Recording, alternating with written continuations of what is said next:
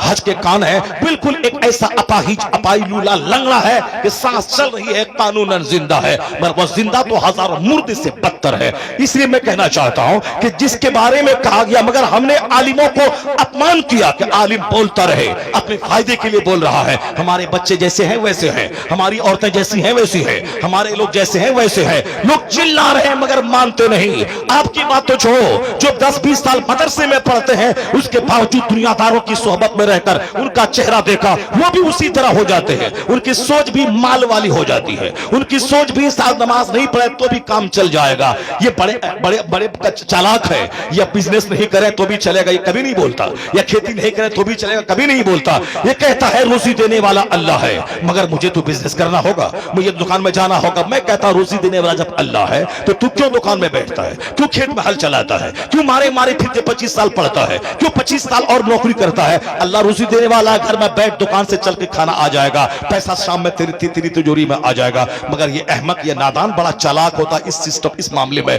نہیں، اللہ روزی دینے والا ہے، پر محنت تو کرنی ہوگی، کھیت تو جانا ہوگا، دکان تو جانا ہوگا۔ یہی فارمولا آخرت کے بارے میں کیوں نہیں بولتا کہ نماز نہیں چلو اللہ معاف کر دے گا، روزہ نہیں چلو اللہ معاف کر دے گا، زکات نہیں چلو اللہ معاف کر دے گا، نماز جیسے تیسے چلو اللہ معاف کر دے گا، کیوں بولتا ہے ایسا؟ یہاں بھی بول کہ دکان پہ نہیں جاؤ تو بھی روزی اللہ دے دے گا، کھیت میں جاؤ تو بھی اللہ روزی دے دے گا، مگر اسے وشواس ہے میں دکان نہ جاؤں پیسہ چل کے نہیں آئے گا۔ تو بندے جب روزی دینے والا اللہ ہے مگر دکان جانا ہوگا، یہی دماغ میں باندھ لے گرا کہ جنت دینے والا اللہ ہے، معاف کرنے والا اللہ ہے، مگر جس طرح روزی دینے والا اللہ ہے مگر دکان جانا ہوگا، اسی طرح جنت دینے والا اللہ ہے مگر تجھے مسجد جانا ہوگا، روزہ رکھنا ہوگا، حج کرنا ہوگا، روزی کی تلاش میں تمہیں زمین پہ پھرنا ہے تو جنت کی تلاش میں بھی مسجدوں کا چکر لگانا ہوگا۔ اگر یہ بات دماغ میں بیٹھ جائے تو لوگ نہیں بولے گا چلیے اللہ معاف کر دے گا، ٹھیک ہے آم کا پیڑ لگا دیں، چلیے اللہ چاہے گا تو سیب دے دے گا، آپ صاحب لگا دیں گیہوں کا پودا، اللہ چاہے گا تو باسمتی دھان اپج کے میرے گھر میں چلا جائے گا۔ یہ قدرت اس دنیا میں یہ سسٹم کے خلاف کوئی کام نہیں ہوتا، بس آدمی آخرت کے بارے میں شیطان کے وسوسے کا شکار ہو جاتا۔ حضور کہتے ہیں القیس من دان نفسہ وعمل لما بعد الموت، عقل مند وہ ہے جو اپنے نفس کو دباتا رہے اور مرنے کے بعد کی عمل کی تیاری کرتا، مرنے کے بعد کی راحت پانے کے لیے عمل کرتا رہے، جنت کے لیے عمل کرتا رہے۔ اور بیوقوف کون ہے؟ والعاجز من اتبع نفسه هواها وتمنى على اللہ۔ مصطفیٰ کہتے ہیں بیوقوف ہے وہ جو اپنی خواہشات کی پیروی کرے، نفس جو کہے اس کی بات مانے، وہ تمنا علی اللہ، اور اللہ پر امید لگائے بیٹھے کہ اللہ معاف کر دے گا۔ غلامی نفس کی، شیطان شراب پیو تو پیو، زنا کرو تو کرو، جھوٹ بولو تو بولو، بس آوارہ گردی کرو تو کرو، دوسروں کی زمین پہ قبضہ کرو تو کرو، سود کھاؤ تو کھاؤ، سب چلے گا، اللہ معاف کر دے گا۔ حضور کہتے ہیں بیوقوف ہے وہ جو نفس کی پیروی کرتا ہو اور پھر امید لگا کے بیٹھا ہو کہ اللہ معاف کر دے گا۔ قرآن پاک کی اس آیت کا ترجمہ میں کرتا ہوں، پھر اپنی بات ختم کرتا ہوں، چونکہ دماغ میں باتیں بہت ساری تھی، آج میں سوچا تھا کہ کم سے کم 4 آیتوں کو پڑھ کر، اور جو سائنٹیفک تحقیقات دنیا میں ہو رہی ہیں اور جسے پڑھ کے بڑے بڑے ویگیانک مومن بنے، قرآن پاک کے ان اعجاز کو میں بیان کروں، مگر چونکہ اب وقت نہیں ہے نہیں بیان کر پاؤں گا، مگر میرے موضوع سے ریلیٹڈ وہ آیت تو سن ہی لیجئے آپ، چاہے پولیس والا کچھ بھی بولے، چاہے مائک بند ہو جائے، مگر اس کو تو سن ہی لیجئے آپ، اس آیت کریمہ کو سن لیجئے۔ آپ سنیں گے آپ نہیں سنیں گے؟ آپ لوگ سنیں گے نا؟ ہاتھ اٹھا کے بولے سبحان اللہ۔ بس ما حصل آیت تو سن ہی لیجئے تاکہ یہ سینہ آپ کا دنیا کے مال کی محبت سے پاک ہو جائے، تاکہ آپ کے دل دماغ میں آخرت اور جنت کا نشہ چھا جائے۔ اب سنیے یہ حافظ قرآن جن آیتوں کو پڑھ کے حافظ بنے ہیں جس قرآن کریم کو، اس کی ایک آیت، چونکہ قرآن کے نازل ہونے کا مقصد یہی ہے، کتاب انزلناہ الیک مبارک، وہ کتاب ہم نے آپ پر نازل کی اے محبوب، برکت والی کتاب، لیدبروا آیاتہ، جن کی آیتوں میں تدبر کیجئے، غور و فکر کیجئے، ریسرچ کیجئے، میڈیٹیٹ کیجئے، کنسیڈر کیجئے، انڈرسٹینڈنگ اور تھنکنگ سے کام لیجئے، یعنی ریسرچ کا پیغام اللہ دیتا ہے تاکہ ان آیتوں میں غور و فکر کریں، وَلْيَتَذَكَّرَ أُولُو الْأَلْبَابِ، اور نصیحت اس کتاب کو پڑھنے کے بعد عقل مند لوگ نصیحت حاصل کریں، عقل مند نصیحت حاصل کریں. یہی ہے قرآن کے نازل ہونے کا مقصد. رٹ لیا، حافظ قرآن بن گئے، تراویح سنا دی، 50 پیسہ کما لیا، اس کے بعد ہم آزاد ہو گئے. نہیں، مرتے دم تک قرآن پڑھنا ہے، قرآن کی آیتوں میں غور کرنا ہے، اس سے نصیحت حاصل کرنا ہے. یہ آیت ہمیں کیا روشنی دیتی ہے؟ اس آیت میں یہی کہا گیا قرآن اس لیے ہم نازل کیا ہے، برکت والی کتاب ہے تاکہ آیتوں میں غور کریں اور نصیحت حاصل کریں عقل مند لوگ. اب وہ آیت سنیے، وَلَوْلَا أَن يَكُونَ النَّاسُ أُمَّةً وَاحِدَةً لَجَعَلْنَا لِمَن يَكْفُرُ بِالرَّحْمَنِ لِبُيُوتِهِمْ سُقُفًا مِّن فِضَّةٍ وَلِبُيُوتِهِمْ أَبْوَابًا وَسُرُرًا عَلَيْهَا يَتَّكِئُونَ وَزُخْرُفًا وَإِن كُلُّ ذَلِكَ لَمَّا مَتَاعُ الْحَيَاةِ الدُّنْيَا وَالْآخِرَةُ عِندَ رَبِّكَ لِلْمُتَّقِينَ. اس آیت میں ایک لفظ ہے زخرف، اسی ایک لفظ پر پوری سورت کا نام ہے سورہ زخرف. زخرف کے معنی ہوتا ہے ڈیکوریشنز. ابھی میں بچوں سے پوچھوں سورہ زخرف کس پارے میں ہے؟ جو بچے اچھا سے پڑھے ہیں لکھے ہیں، ٹائم کو برباد نہیں کیا ہے، صرف پگڑی لپیٹ کر نام کے حافظ نہیں بنے ہیں، وہ فوری بتا دیں گے کہ سورہ زخرف کس پارے میں ہے. اور یہ آیت کریمہ کو یہ لوگ مجھ سے زیادہ جانتے چکے ہیں، اس کو رٹ کے حافظ بنے ہیں، لیکن صرف وہ جانتے ہیں کہ یہ آیت ہے. اس آیت میں کیا ہے اس کو تو عالم جانتے ہیں، یا وہ حافظ جو عالم بنتا ہے اور وہ حافظ جو قرآن کریم کی آیتوں پہ غور و فکر کرتا ہے. اللہ نے کیا کہا؟ وَلَوْلَا، اگر ایسا نہیں ہوتا کہ دنیا کے سارے لوگ ایک ملت پہ جمع ہو جاتے، سارے لوگوں کے کافر ہونے کا، بے ایمان ہونے کا اگر چانس نہیں ہوتا، لَجَعَلْنَا لِمَن يَكْفُرُ بِالرَّحْمَنِ، تو ہم منکروں کو، اپنے منکروں کو، جو رحمان کا منکر ہے، اللہ کا باغی ہے، اللہ پر یقین نہیں رکھتا، اللہ کہتا ہے ہم اپنے باغیوں کو اتنی دولتیں دے دیتے کہ ان کے مکان کی چھتیں چاندی کی بنا دیتے.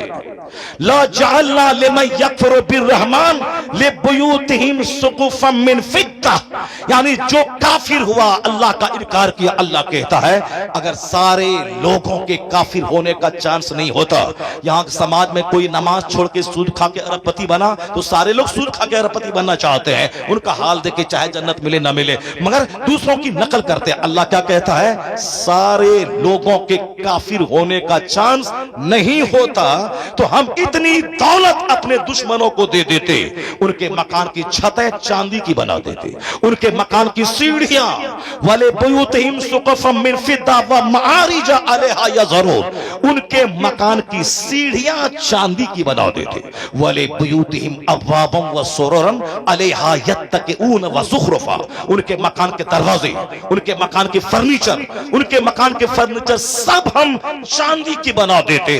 زخرف کا معنی ڈیکوریشن، زخرف کا معنی ornament، زخرف کا معنی گولڈ. ان کے مکان کی چھتیں، ان کی سیڑھیاں، ان کے دروازے، ان کے فرنیچر، یہ سب سونے چاندی کی بنا دیتے، طرح طرح کی آرائشوں سے سجا دیتے.